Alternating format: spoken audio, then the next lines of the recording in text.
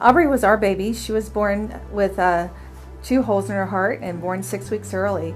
And she had her first open heart surgery at 10 weeks of age, and that was really rough. And at 9 months, she was diagnosed with scimitar syndrome, and that's a situation where it's very extremely rare. There's only 126 cases reported worldwide. We wound up having to go to Cleveland for 3 open heart surgeries through Thanksgiving, Christmas, and New Year. But through everything, she smiled. She needed a heart and double lung transplant, and we had to go to Children's Hospital of Philadelphia on a day's notice. I remember pulling out of our driveway thinking, I don't know when I'm ever going to see my house again. We were up there for 4 months while Aubrey waited and received and recovered from her transplant.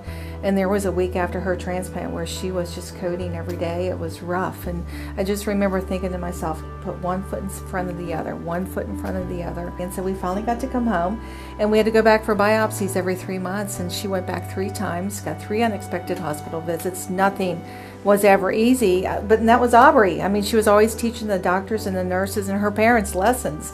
And we had just made our airline reservations to go back for our next visit when we could not wait to take her. She was really loving life when very suddenly and very unexpectedly, 2 days before her 3rd birthday, she passed away.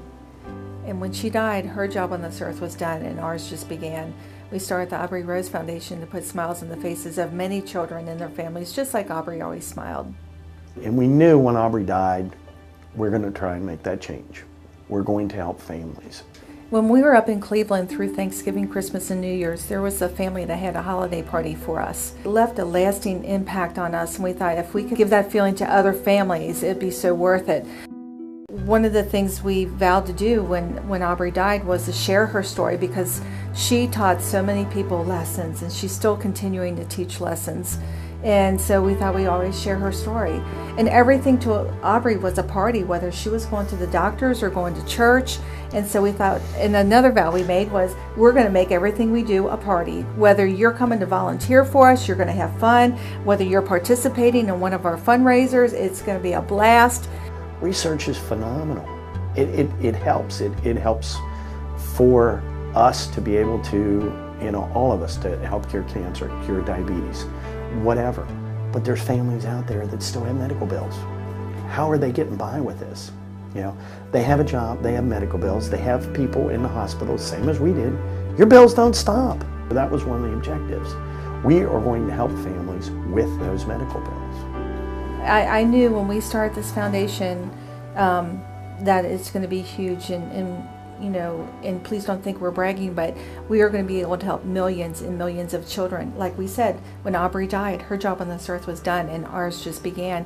And I feel like God gave us a mission to help families out there. It's very healing for us to be able to see this grow and to see us help these families and the reaction we get from these families, because whenever we help a family financially, we like to give them gifts for the children and their families, because the financial piece is for the parents, of course.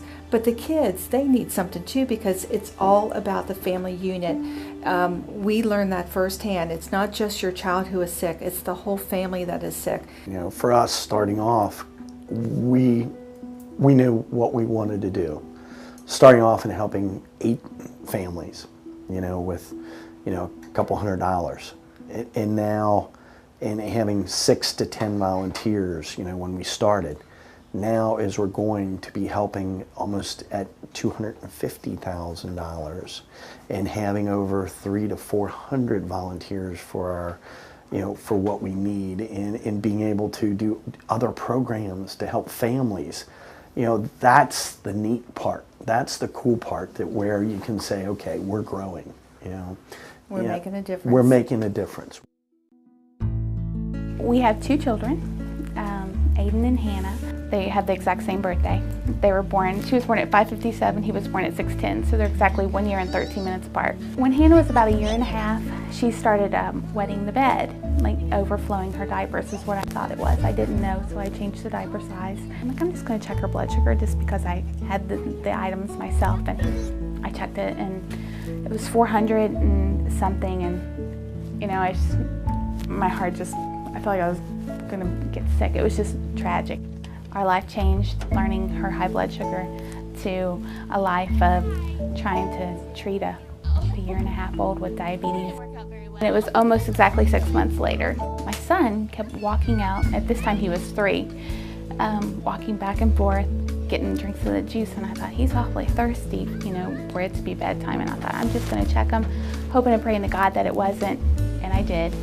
And his blood sugar was the same, and we had her diagnosis and all her medical bills, and then his right on top of that, and all their medical bills, and we're still trying to pay everything else. And you also have all the new prescriptions, all the new medicine. Your whole life changes from 1 minute to boom, everything. And when we got a box in the mail that had 2 bunny rabbits in it, and I opened it, we were just so excited and so ecstatic and just so thankful.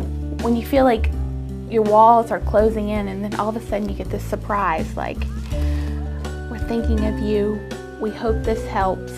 And it was just amazing to just feel that burden to be lifted and to know that there was someone who thought of us and cared about us through the tragic situation. We're very thankful, thank you.